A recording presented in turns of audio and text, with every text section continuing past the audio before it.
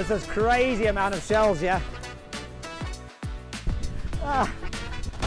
We're at the Yzerfontein Caravan Park. What's so cool about this place is it's right on the beach, and there's all sorts of other wonderful things that I think make this a perfect place to come and camp. And that's not even talking about the price, but the price is really amazing. So we're going to have a quick look around Caravan Park and see what it's got. The best things for me in a caravan park is when it's got privacy. So even though you're close to your neighbor, they've got these beautiful trees dividing everyone, and to me that just makes us a winner. And also lovely grass, you know, not really camping in the mud. So to me this is an absolute winner. And right here, what have we got? This is your access to the beach. I mean, the beach is here. Come and have a look. Short little walkway, and you are from your caravan park, and before you know it, you're arriving at the beach. And there we have it. You're on the beautiful Yzerfontein 16-mile beach that stretches all the way around up to the west coast there. So right on your doorstep. This is literally camping on South Africa's longest beach. Lots of adventures to be had here. Time to go and check out the ablutions. That's a make or break for accommodation in my view. Now I can tell you two things up front. Number one, very important, you got to bring your own paper, because otherwise you're going to be rather disappointed when you get there. So for whatever reason, you've got to bring your own paper. Number two, you've got to have a key, which you get from when you get checked in. Like I said, you need the key to get in here.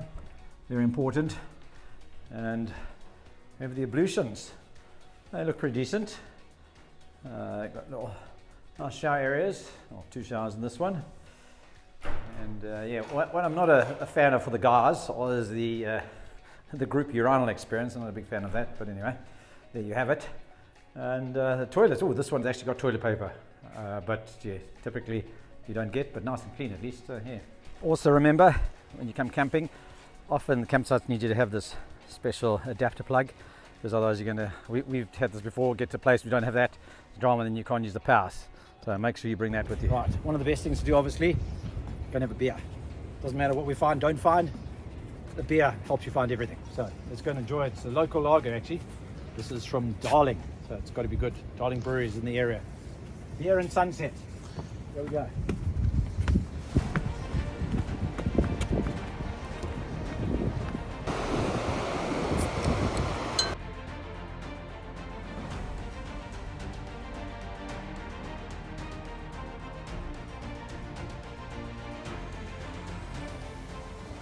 The morning coffee is always really important, so we've got to find the best coffee place, and I think we may have found it. There's certainly a vibe going on here, and a lovely smell. Yeah, we can see they are baking it fresh. Well, I can officially say that was delicious. This coffee is absolutely delicious, and the baked goods are amazing. You know, we'd never have thought you'd come to a little town like Yzerfontein and you would get such a awesome food experience. Right, we've got to find the secret thing that's hidden on the beach at Yzerfontein. So I've come to ask some of the experts, the locals, who can maybe point us to where it is. And so they are now trying to find out and locate the exact spot, because this thing is hidden in the sand. So I have spoken to the locals here at the Yzerfontein Caravan Park and tried to find out where is this hidden thing we're looking for. And they weren't sure at first, and they asked one person who asked another one, or someone from tourism, and eventually they have found it. Well, they've given me the location on the map where they think this could be, and they themselves have never found it or seen it, so let's see if we can find it. So, sleuthing, trying to find this secret that is hidden on the beach here at Yzerfontein. So I've gone to the office, asked him, do you know where this hidden thing is? And he's like, no way, he doesn't know. So he says, but don't worry, my wife knows, she works for tourism. Speaks to his wife, she's like, oh, what? No, where is this? But they don't give up. She there says, I can phone someone who may know, who's also from tourism. So they phone someone, and we've now found out where it is. Well, we know the location on the map. So here's the trick. We have now got to find, we've got to leave the Yzerfontein Caravan Park, and we've got to make our way to this point here, and a path apparently down to the beach, and it's there. So we've got to see if we can find it.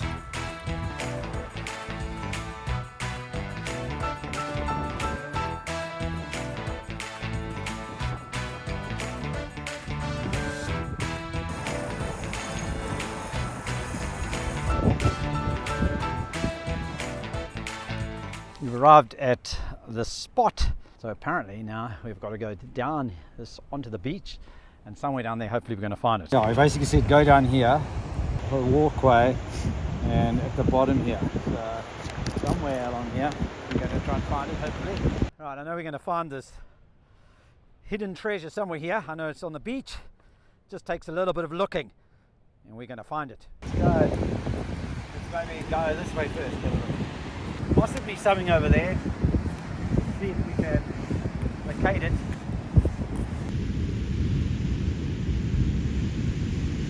Right, found it. We found it. Right, come on. I don't think we'd find it because you can only find it if the tide is out in the right tides. So come and have a look. What it is that's hidden here on the beach in Yzerfontein. Here it is. What is it? You ask. What is it? Can you figure it out? Well, I'll tell you the story. You've probably figured out what it is. It's actually a tractor. An entire tractor is buried here. So, according to local legend, what happened is a car got stuck here on the beach.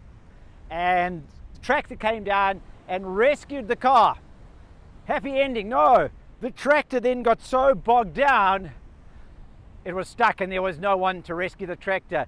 And so for all these many years, this tractor's final resting place is here, buried on the beach. So there you have it, the secret buried interesting thing on the Yzerfontein beach. Not in bad condition. Don't know if the old fella will ever start up, but there you have it. It'd probably take so long. Here's still the tube. The inner tube is still here in the tractor. Amazing. Just shows you how long rubber will stay. So I'm here. Can you come and find the buried treasure? I mean tractor. Well, it's rather unexpected, but that's what we're all about, finding unexpected. It's quite fun, interesting story. See if you can come and find this buried tractor here on the Yzerfontein beach. One of the really amazing things about this west coast, especially now in springtime, it's known for its flowers. So we're in Yzerfontein. Even here, the flowers are really boasting. And it's just an absolute stunning display. I mean, the earth just bursts into incredible color. Now, it gets even better and better as you go up north. And we'll also go and check out the West Coast National Park, which is at the other end of 16 Mile Beach. And there you're going to see flowers that are just going to blow your mind. But it's just stunning. And I heard a lovely phrase once that it says, flowers are the earth laughing. It's God laughing in color. And that's exactly what it is. It's just beautiful. So we're going to see if we can find some more. Really impressive. The beach here at Yzerfontein is the longest beach in South Africa. It's 16 miles long. Okay, so we could walk it. It can take us too long. We could run it. Yeah, maybe not. But we could cycle it. So we're going to attempt to do this. I don't know if it's possible. Obviously depends on the tides and where we're going to get out, somewhere in West Coast National Park, or we're not sure how this is going to work out, but we are going to head and see how far we can go. If we can cycle the whole 16 miles of this beach, and let's see what happens. This is the official start. We're on the beach. Let's do it. Let's see how far we can go. Wish us luck. We're going to do it. Hopefully not too many unexpected. Let's see.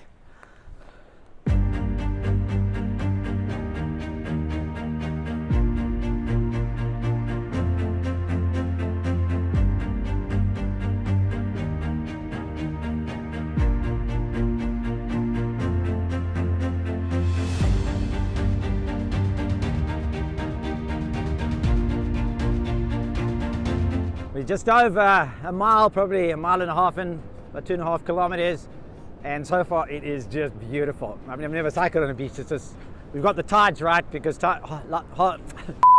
low tide is in about half an hour, I think, or the main part of it. And yeah, so the beach is nice and flat, really beautiful.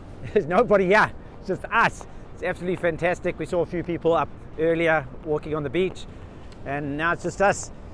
There are a few shells, so we're hoping that the clicking over the shells is not going to take out a tire, which that would be rather unfortunate, because then we literally are going to be stranded miles from anywhere, because we don't really have any repair kits.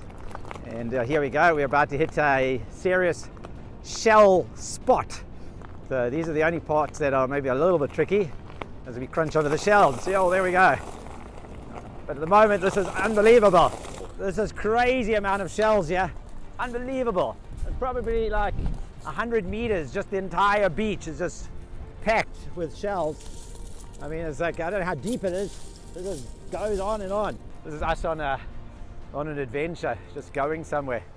It's truly amazing.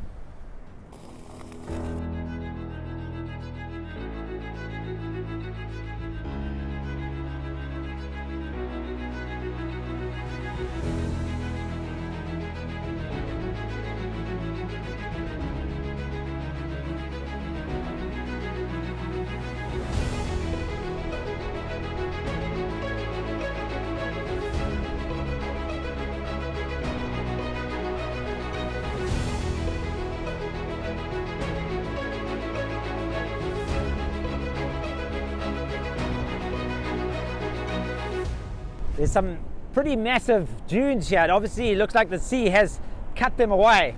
So it's really pretty steep. And I can see even at low tide now, the water is literally up to here. So it'll be quite tricky if the tide comes in, or if we have a section like that further up, because that wouldn't be very easy to navigate. So definitely there's some massive dunes here, which is interesting, but we hope we don't meet one where we can't get past it, but let's go and see. Here's a Cape fur seal that's obviously been washed up. It's rather sad to see. We've actually noticed quite a few on the cycle, and previously when we were walking, there's been 5 or 6 or 7 of them along the coastline here. And yeah, what's going on? That's an interesting question. It's terrible to lose our wildlife like this. There's some talk that maybe it's the rough oceans. We've seen some really big ones too, and I don't think that's come to the rough ocean. So is it a threat to their habitats, or where they're feeding, or what is it? But it's sad to see these seals being washed up here along the coastline. It looks like potentially another seal up there, and that's not more than a couple 100 meters away, so I'm going to see if that is another seal up there. Yeah, it's another Cape fur seal, quite a big fella. Again, there's no like obvious signs that it's been bitten by a shark or something, so what's killing it, I don't know. But yeah, it looks in like fine condition, but that's another. So we've seen quite a lot on the beach, and I don't know how many more there are, but something is going on. We're about 18 kilometers in, and the sand's a little bit thicker, and my battery on the e-bike's running a little bit low, so it's getting a bit more, even winter jackets off, it's a bit more of a workout. So if this battery runs out on here, it's going to be quite the, yeah, these heavy e-bikes without a battery are no joke. All right, I've got to see if I can get going again, and this is with of the battery. Woo! Come on, bike, do it.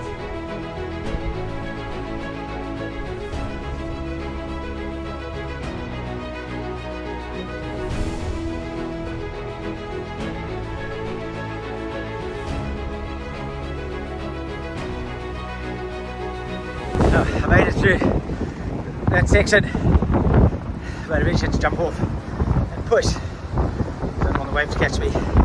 But whoa, getting a little bit tired now. Hopefully we can make it to the end, but yeah, lots of fun. It's good if it's a bit of a workout, I suppose. Definitely a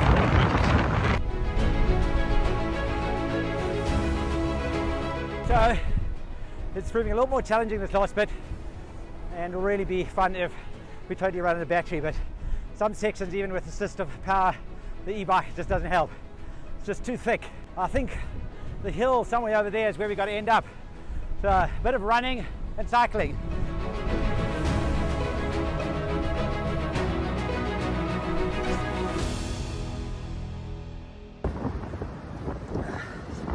Progress is a little bit slow now. This is almost impossible to cycle with the tide coming in now, and the sand's so soft. So best bet is just push the bike and walk through this part. It's still beautiful. Wow. Big archer, no one in sight. Love it. You can see what's happening. Having to stick close to the shoreline. Amazing journey and absolutely beautiful. And one of the things we've noticed are the dead seals, and looks like we've got more here. There's one here. Again, I mean, it doesn't seem to have any obvious signs of injury. That one maybe got a bite out of it, could be just the seagulls. And I can see another one up there, and further up there's another one at the top. So these are just the seals that we can see. Obviously many have washed out. These are the ones that are still on the beach.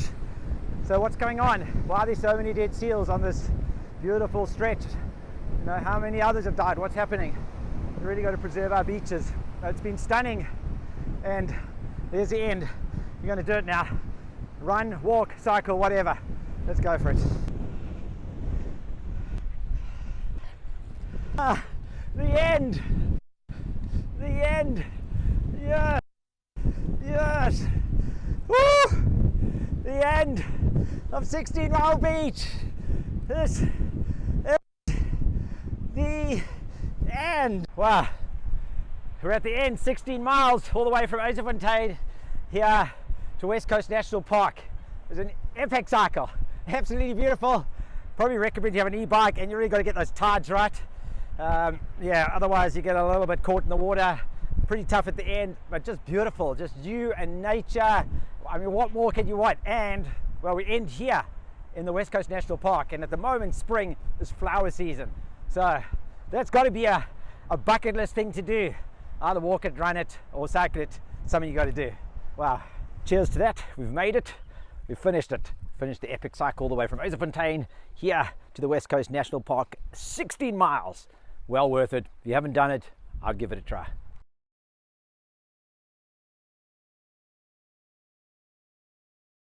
Hi, how are you? I'm very well, thank you. What I wanted to find out about is what's going on with all these dead seals that we are seeing washed up on the beach. I came across a few carcasses there as well. I then got the state vet out, and they did autopsies on the carcasses, and they actually, 3 of those few carcasses tested positive for rabies. It had rabies. Oh, so how do they act when they have rabies? Erratic, you know, it's like they irritated with themselves. That one actually came up from the beach. It went to one of the residents' houses. When I eventually got to it, it was actually ripping the bushes, the plants and everything. And like I said, I could see that seal wasn't doing well. One of the other things are also the competition with fishermen with regard to their food. And we also had 2 instances where we actually have pumped and juvenile young seals where the jaw gets broken and they die of an agonizing death because they can't feed. So that's also one of the things. Like I said, the rabies, and then obviously then also now with the rough season. How do their jaws get broken? I've heard that the fishermen claps them. So I don't know how that happens, but apparently they break the jaw because what they're trying to do while the fishermen they're fishing and they're trying to also get some of the fish. So as soon as you do come across a seal, contact us. We'll monitor the seal, we'll see how it's doing, and we'll then you know, ascertain whether it's actually necessary to do a rescue or not to do a rescue.